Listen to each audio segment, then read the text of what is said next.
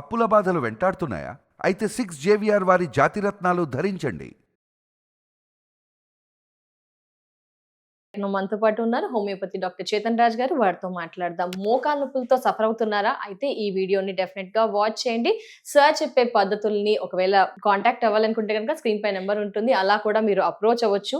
But మంచి results అయితే definite గా అందిస్తా అంటున్నారు. మరి ఏమిటి వారి ట్రీట్మెంట్, వారి మాటల్లో విందాం. సార్ నమస్తే. సార్ నమస్తే మేడం. మోకాళ్ళ నొప్పులు చిన్నతనంలోనే వచ్చేసాయి. ఇప్పుడు సపోజ్ నేనే ఒక రోజు ఎక్కువ పని మెట్లు ఎక్కి దిగానంటే నాకే స్టార్ట్ అవుతూ ఉన్నాయి సార్. సో నాకేంటంటే హెల్త్ ఫ్రీక్ బాగా ఉంది. ఇప్పటి నుంచి నాకు మోకాళ్ళ నొప్పులు వద్దు, హెల్దీగా ఉండాలి, నా మోకాళ్ళు నేను చాలా హెల్దీగా ఎవరి మీద డిపెండ్ అవ్వకుండా ఉండాలని నేను, నాతో పాటు చాలా మంది అనుకుంటున్నారు సార్. అలాగే సఫర్ అయ్యే వారు కూడా ఉన్నారు 40+, 50+ లో. వీరందరికీ కూడా మీ దగ్గర ఎస్పెషల్లీ చేతన్ రాజ్ గారి దగ్గర ఎలాంటి ట్రీట్మెంట్ ఉంటుంది, ఏం టిప్స్ చెప్తారు, ఎలా మా లైఫ్ స్టైల్ ప్యాటర్న్ ని మేము చేంజ్ చేసుకోవాలి, ఏం యాడ్ ఆన్ చేసుకోవాలి, ఏం తీసేసేయాలి అంటారు? ఫస్ట్ నేను ఏం చెప్తానంటే, ఎవరైతే యంగ్స్టర్ జనరేషన్ ఉన్నారు కదా, యంగ్స్టర్ జనరేషన్ ఎవరైతే ఉన్నారో వాళ్ళకు కూడా మోకాలు నొప్పులు వస్తున్నాయి. విటమిన్ డి డెఫిషియన్సీకి వస్తున్నాయి వాళ్ళకు. మళ్ళా దాని తర్వాత సెడెంటరీ లైఫ్ స్టైల్ కి వస్తున్నాయి, బయట ఫుడ్ తినడం వల్ల వస్తుంది. యంగ్ ఉన్నోళ్ళు ఏం చేయాలంటే ఫస్ట్ పాల్లో ఫ్లేవర్లు గీవర్లు కలుపుకొని తాగుతారు రోజు. అవునా కదా? అవి బంద్ చేయాలి. అవి బంద్ చేసి రోజు పాలు, ఆవు పాలు, దేశీ ఆవు పాలు మీరు ఏం చేయాలంటే దాంట్లో ఒక పావు చెంచా పసుపు వేయాలి. ఆవు పాలు, పసుపు కలుపుకొని రోజు తాగండి. మీకు బొక్కలు గట్టిగా అవుతాయి, మోకాలు నొప్పులు తగ్గుతాయి, హెల్ప్ అవుతుంది, బాడీలో ఇన్ఫ్లమేషన్ తగ్గుతుంది, మూడ్ స్వింగ్లు తగ్గుతాయి, పేషెన్స్ కూడా తగ్గుతుంది. ఇన్ని ప్రయోజనాలు ఉంటాయి. మళ్ళా నెక్స్ట్ ఇప్పుడు మిడిల్ ఏజ్ ఆఫీస్ వాళ్ళు 40 ఏండ్లు 50 ఏండ్లు వాళ్ళు ఉంటారు కదా, వాళ్ళకు మోకాలు నొప్పులు వచ్చినాయి అనుకోండి, వాళ్ళు ఏం చేయాలంటే భీమసేని కర్పూరం 1 గిలాస్ నీళ్లు తీసుకోవాలి. భీమసేని కర్పూరం 2 చిటికెడు దాంట్లో వేయాలి. వాటర్ ని గరం చేయాలి. దాంట్లో ఇంత పసుపు వేయాలి, కలుపుకోవాలి, తాగాలి, జర మంచిగా ఉంటది. మళ్ళీ వీళ్ళిద్దరు గురించి చెప్పినా కదా, రూటా అనేసి ఒక హోమియోపతి మెడిసిన్ ఉంటది. 0/9 పొటెన్సీలా జర నొప్పులు ఎక్కువ అవుతున్నాయి, మోకాలు నొప్పులు గానీ, కాళ్ళు లాగుతున్నాయి, ఫింగర్స్ లో నొప్పులు, మెడ నొప్పి, ఎక్కడ నొప్పున్నా, రూటా అనేసి హోమియోపతి మెడిసిన్. 0/9 పొటెన్సీ అంటే పవర్ దాంది medicine the.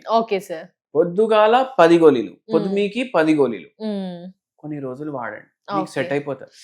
Just initial problem ఉంది అంటే ఎక్కడైనా దొరుకుతాయా సార్ ఈ మెడిసిన్? మనకి దొరుకుతాయి, ఏ హోమియోపతి దుకాణంలో అయినా దొరుకుతాయి, లేదా మిమ్మల్ని పర్సనల్ గా అయినా కలవచ్చు. ఇది ఓన్లీ రిలీఫ్ కోసం మాత్రమే.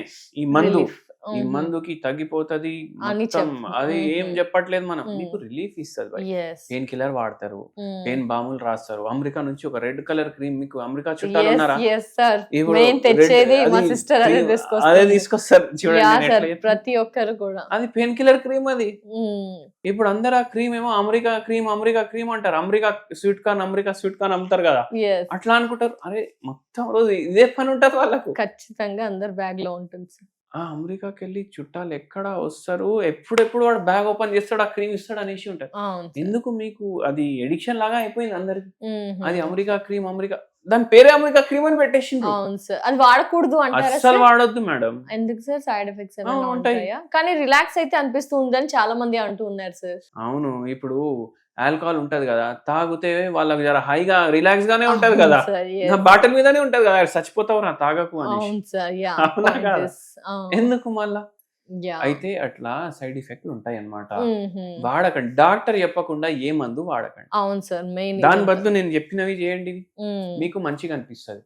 మళ్ళా ఓల్డ్ ఏజ్ వచ్చేసినాక ఏమైతుంది అంటే మోకాల్లో గుజ్జు అరిగిపోతుంది.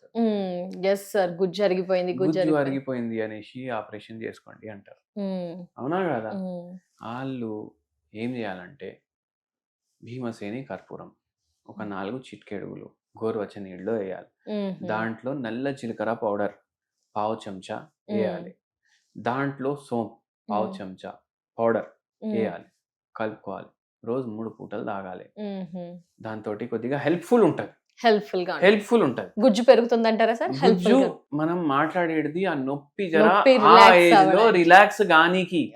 గుజ్జు కూడా డ్యామేజ్ అయింది, ఆపరేషన్ చేపిచ్చేసేయాలి అంటే మీరు హోమియోపతి వైద్యం తీసుకోండి, అది పూర్తిగా మీకు సెట్ అయిపోతది.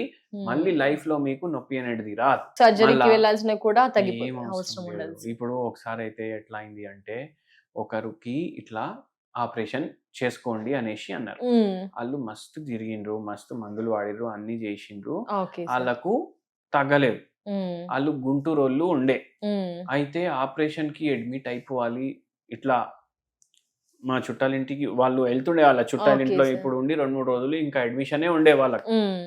ఆటోవాడు చెప్పిండు ఆయనలో, ఇప్పుడు ఇలాగే డిస్కషన్ స్టేషన్ లో దిగి వాళ్ళకు డ్రాప్ చేసేటప్పుడు ఈ ఫలానా కాడికి పోండి, వాడండి, మీకు ఆపరేషన్ అవసరం పడదు, ఎందుకంటే వాళ్ళ ఆవిడకి కూడా అట్లా అయింది, ఓకే సార్. మొత్తం ఆపరేషన్ లేకుండా తగ్గింది. అయితే మన ఆహా. దగ్గర వాడిండ్రు, మనం చెప్పినాం ఇప్పుడు ఎన్ని రోజులు ఆగిండ్రు కదా, ఒక 2-3 నెలలు ఆగండి. సర్జరీ దాకా ఎందుకు, కాస్త ఓపిక పట్టి ఆగండి అన్నారు. మెడిసిన్ ద్వారా తగ్గి మెడిసిన్ ద్వారా తగ్గింది ఆ పేషెంట్ కి. అయితే అట్లా ఉంటది హోమియోపతి ప్రభావం. ఇంకా ఈ మోకాళ్ళ నొప్పులు రాకుండా ఏమైనా టిప్స్ తెలియజేస్తారు సార్? ఫుడ్ హ్యాబిట్స్ ఏం యాడ్ చేసుకోవాలి, నడక వాకింగ్ ఎక్కువగా చేయాలా, ఆ విషయాలు కూడా ఒకసారి సార్. ఏం చేయాలంటే ఫస్ట్ మీ ఇంట్లో ఉప్పు ఏదైతే ఉంటది కదా, 1 కిలో ఉప్పు తెచ్చిర్రు అనుకోండి, ఓకే సార్. ఎన్ని రోజులు నడుస్తుంది ఒకసారి చూడండి మీరు. Definitely first sir. రైస్ వండేటప్పుడు కొందరు ఉప్పు వేస్తారు దాంట్లో, అవును సార్, చాలా అవునా మంది కాదా? వాడుతూ ఉన్నారు ఇంకా స్టిల్. ఉప్పు వేస్తారు. మళ్ళా దాని తర్వాత కూరగాయ వండేటప్పుడు దాంట్లో ఉప్పు వేస్తారు, వేస్తారు.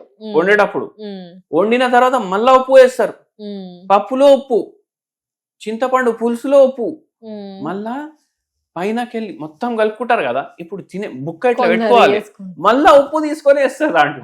అంటే ఉప్పు తింటుండ్రా, అన్నం తింటుండ్రా, ఏం అర్థం కాదు. సో ఉప్పు క్వాంటిటీ తగ్గించాలి అరే అంటారా? మస్తు మొత్తానికి తగ్గించాలి. చాలా ఎంత తగ్గించాలంటారా ఉప్పు సార్? ఒక్క రోజులో ఒక మనిషి శరీరంలో పోవాలి, దానికన్నా 3 సార్లు 4 సార్లు ఎక్కువ ఉప్పు పోతుందంట. Oh my God, చాలా రెట్టింపులో మన ఇంటేక్ వెళ్తుంది అయితే. So ఇది నేను ఉప్పుని చెప్పట్లేదు, WHO చెప్తుంది. కాబట్టి ఉప్పు శాతాన్ని కూడా తగ్గించాలి. ఆ, అంటే మోకాళ్ళ నొప్పులకి ఉప్పుకి కూడా సంబంధం ఉంది సార్? డైరెక్ట్ రిలేషన్, Direct ఆ sir? Direct. Oh my God, okay okay. అందరికి ఏమనిపిస్తుంది, అరే నేను చింతపండు తింటున్నా నాకు మోకాలు నొప్పులు పెరుగుతున్నాయి.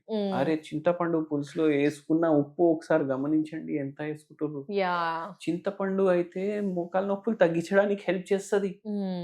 మీరు ఉప్పు ఎందుకు వాడుతున్నారు, ఎంత వాడుతున్నారు, అది ఆలోచించండి. క్వాంటిటీ మొత్తంగా మానేయమనట్లేదు, బట్ క్వాంటిటీ అనేది తగ్గించాలి. అరే పచ్చి పులుసు మీరు రోజు తాగండి 1 గిలాసు, మీకు మోకాలు నొప్పుల్లో లాభం అనిపిస్తుంది.